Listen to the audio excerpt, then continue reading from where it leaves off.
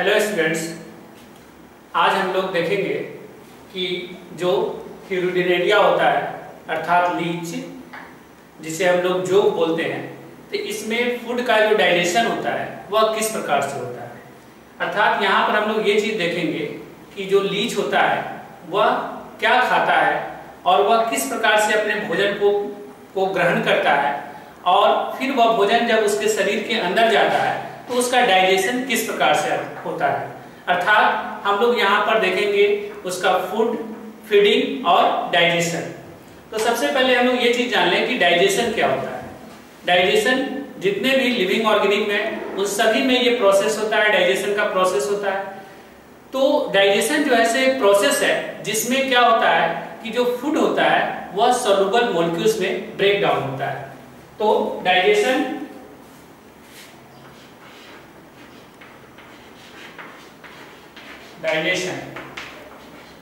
क्या है?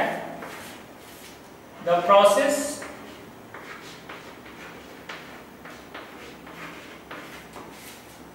इन विच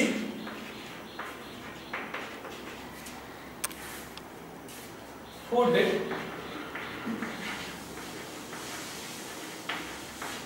break down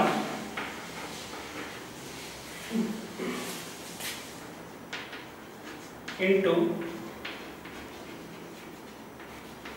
soluble molecules। तो जिसमें क्या होता है कि किसी भी ऑर्गेनिज्म का जो फूड होता है वह छोटे छोटे टुकड़े में बिल्कुल सॉल्युबल मॉलिक्यूल्स में ब्रेक डाउन हो जाता है, क्योंकि हमारे बॉडी के द्वारा जो हमारा डाइजेस्टिव सिस्टम में जो ऑर्गन्स होते हैं तो उस ऑर्गन्स के द्वारा फूड के बड़े बड़े पार्टिकल्स को एब्जॉर्ब नहीं किया जा सकता, इसलिए इसको बिल्कुल जो है सो छोटे छोटे अणु में टूटना पड़ता है।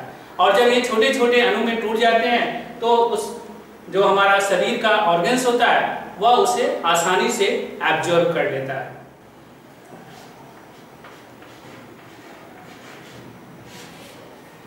तो लीच जो है ये खाता क्या है, अर्थात इसका फूड क्या होता है। तो लीच जो है ये सैंगिवोरस होता है। सैंगिवोरस होता है। आपने हर्बीवोरस का नाम सुना होगा, कार्निवोरस का नाम सुना होगा, ओमनिवोरस का नाम सुना होगा। उसी तरह से लीच जो होता है ये सैंगिवोरस होता है। सैंगिवोरस का मतलब होता है ऑर्गेनिज्म which feeds blood, जो ब्लड को अपना भोजन बनाता है या किसी भी एनिमल्स के ब्लड को या अपना भोजन के रूप में ग्रहण करता है। इसे रुधिराहारी बोलते हैं, रुधिराहारी। तो लीच करता क्या है, कैसे जो है सो ये ब्लड को प्राप्त करता है। तो यह जिस जलाशय में रहता है, जो इसका हैबिटेट होता है, जहां पर यह रहता है, चाहे वह कोई डिचेज हो या कोई पॉन्ड्स हो, तो वहां पर जब कोई कैटल जाता है, कोई भी मवेशी, कोई भी जानवर जब उस जलाशय के अंदर जाता है तो वह उसके शरीर से चिपक जाता है और उसके शरीर से यह ब्लड को क्या करता है, चूस लेता है और उसे अपने भोजन के रूप में वह ग्रहण कर लेता है। तो लीच जो है यह फीडिंग किस प्रकार से करता है, किस प्रकार से यह भोजन को लेता है और उसे ग्रहण करता है। तो जैसा कि हम लोग जानते हैं कि लीच जो है वह जिस जलाशय में रहता है और वहां जब कोई मवेशी जाता है तो उस मवेशी के शरीर से यह चिपक जाता है और चिपक कर उसके शरीर से ब्लड को चूस लेता है। लेकिन यदि कोई मवेशी उस जलाशय में नहीं जाता है तो फिर इसका भोजन जो है वहां पर रहने वाले कोई दूसरे जीव जो पाए जाते हैं उस दूसरे जीव के शरीर से चिपक कर और वहां उसके शरीर से यह ब्लड को चूस लेता है और अपना भोजन के रूप में वह ग्रहण कर लेता है। तो ये सारी प्रक्रियाएं कैसे होती है? तो सबसे पहले क्या करता है कि लीच जो है जब कोई मवेशी उस जलाशय में जब जाता है तो वह अपने पोस्टेरियर सुकर के द्वारा, ये जो है ये लीच है, तो ये इसका नीचे वाला जो सिरा है इसको हम लोग पोस्टेरियर सुकर बोलते हैं और ऊपरी सिरे को हम लोग एंटेरियर सुकर बोलते हैं। तो एंटेरियर सुकर में क्या रहता है, यहाँ पर जो है इसका पूरा माउथ वगैरह रहता है, बगल कैविटी, फैर्निक्स वगैरह सब कुछ यहाँ पे मौजूद होता है। तो यहाँ पे इसका माउथ वगैरह, ये जो है इसका एंटेरियर सुकर हो गया और नीचे वाला जो है पोस्टेरियर सुकर हो गया। तो पोस्टेरियर सुकर के द्वारा क्या करेगा, यह अपन उस जीव के जो मवेशी है उस मवेशी के शरीर से यह चिपक जाएगा। चिपकने के बाद क्या होगा कि जब यह अपने शरीर को उलट कर ऐसे लूप के आकार का बनाते हुए वह एंटेरियर सुकर में जो माउथ होता है उस माउथ के अंदर से जो है जो जबड़े होते हैं इसमें तो वह जबड़े जो है सो निकलते हैं। तीन जबड़े होते हैं, वह तीनों जबड़ा जो है सो निकलता है। ये एक बिल्कुल लाइनिंग की तरह रहता है और उस जीव के शरीर पर उल्टा वाई आकार का कट बना देता है। इस प्रकार से इस तरह से जबड़े के द्वारा जो है सो उस जीव के शरीर पर वाई आकार का कट बन जाता है। ये कट जो है सो इस तरह से बनता है कि जीव को जो है, जो मवेशी है जिसके शरीर से लीच जिसके शरीर पर लीच जो है सो कट बना रहा है, उस जीव को पता भी नहीं चलता है। और जब ये कट बन जाता है तो यहाँ से उसके सेल के द्वारा जो है ब्लड का स्राव होना शुरू हो जाता है, ब्लड जो है सो निकलना शुरू हो जाता है। उसके बाद लीच के जो सैलेवरी होते हैं उस सैलेवरी में जो है सो हीरोडीन नाम का एक सेक्रेशन होता है और ये हीरोडीन जो है सो जब हीरोडीन का सेक्रेशन होता है तो ये हीरोडीन क्या करता है कि यह जीव के शरीर से जो निकलने वाले ब्लड होते हैं उस ब्लड को ये थक्का के रूप में जमने नहीं देता है, यानी कि ब्लड जो है सो जमेगा नहीं, क्योंकि किसी भी जीव के शरीर से जब ब्लड निकलता है तो वह जो है सो थोड़ी देर के बाद धीरे धीरे जो है सो उसमें पाए जाने वाले प्रोटीन के कारण वह धीरे धीरे क्लॉट हो जाता है, जम जाता है।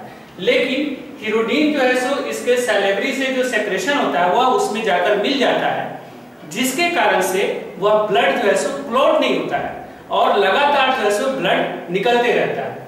उसके बाद जब ब्लड जब निकलना शुरू हो जाएगा तो लीच में का जो फैर्निक्स होता है, यह फैर्निक्स के द्वारा यह क्या करेगा कि वहां से ब्लड को चूसना शुरू करेगा। वह ब्लड को जो है सो क्या करेगा, चूसेगा। जैसे जैसे जीव के शरीर से ब्लड निकल रहा है वह थक्का भी नहीं जमेगा और उसको वह चूसने लगेगा। और चूसने के बाद उन सारे ब्लड को क्या करेगा, वह यहाँ पर आप देख रहे हो ये फैर्निक्स है, फैर्निक्स के द्वारा जो है सो मदद से यह क्या करेगा, ब्लड को चूसेगा। और चूसने के बाद ये जो है सो इसका क्रॉप चेम्बर्स है, बहुत सारे क्रॉप चेम्बर्स आप देख रहे हो।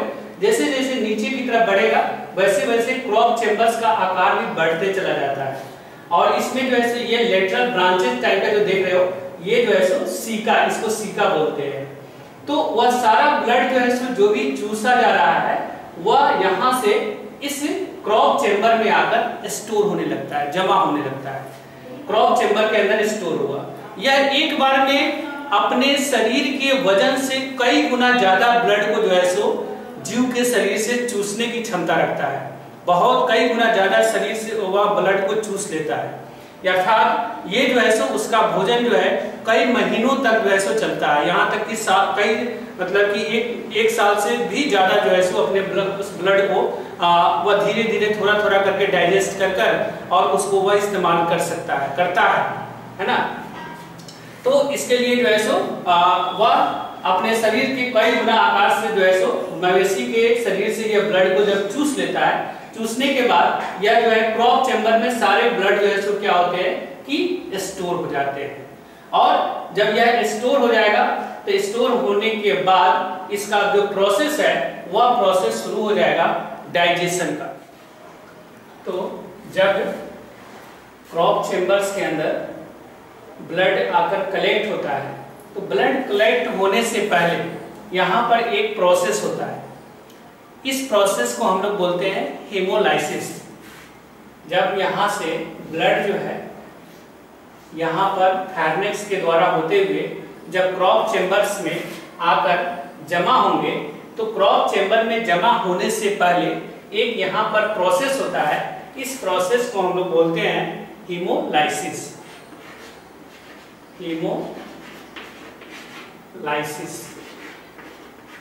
तो इस प्रोसेस में क्या होता है कि जो ब्लड होता है उस ब्लड के अंदर पाए जाने वाले जो आरबीसी डब्ल्यूबीसी सेल्स पाए जाते हैं, वह आरबीसी डब्ल्यूबीसी के सेल्स जो होते हैं वह फट जाते हैं और फटने के बाद वह डिस्ट्रॉय हो जाता है और उसमें जो वाटर पाए जाते हैं उस वाटर को ब्लड वेसल्स के द्वारा जो है एब्जॉर्ब कर लिया जाता है। और उसके बाद जब इसमें से डब्ल्यूबीसी आरबीसी जब डिस्ट्रॉय हो गया, नष्ट हो गया, तो इसमें बच क्या जाता है haemoglobin and protein. Haemoglobin, protein और वाटर, ये सब जो है इसके अंदर थोड़ी थोड़ी मात्रा में पाए जाते हैं। तो ये सभी मिलकर जो है एक रेड कलर का जेली के जैसा फॉर्म हो जाता है, यानी कि जेली लाइक सब्सटेंस के रूप में ये फॉर्म हो जाता है, जिसका कलर जो है वह लाल रंग का होता है। और वह जेली लाइक सब्सटेंस क्या होता है कि इस क्रॉप चैम्बर में जाकर जमा होने लगता है। ये सारे क्रॉप चैम्बर्स में आकर ये क्या होगा, जमा होना शुरू हो जाएगा।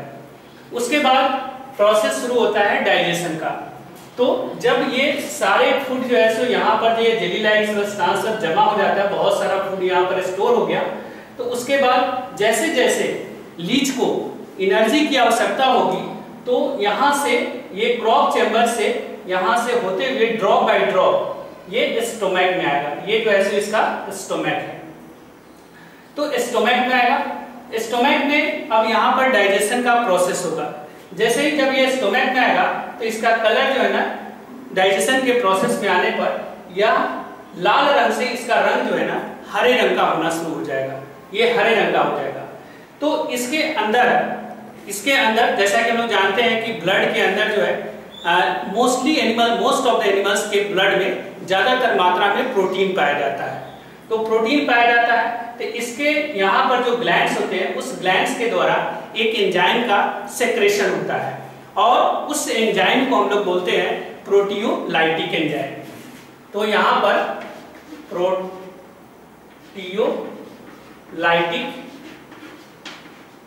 एक एंजाइम का सेक्रेशन होता है और ये एंजाइम क्या करता है कि उस फूड को डाइजेस्ट करता है।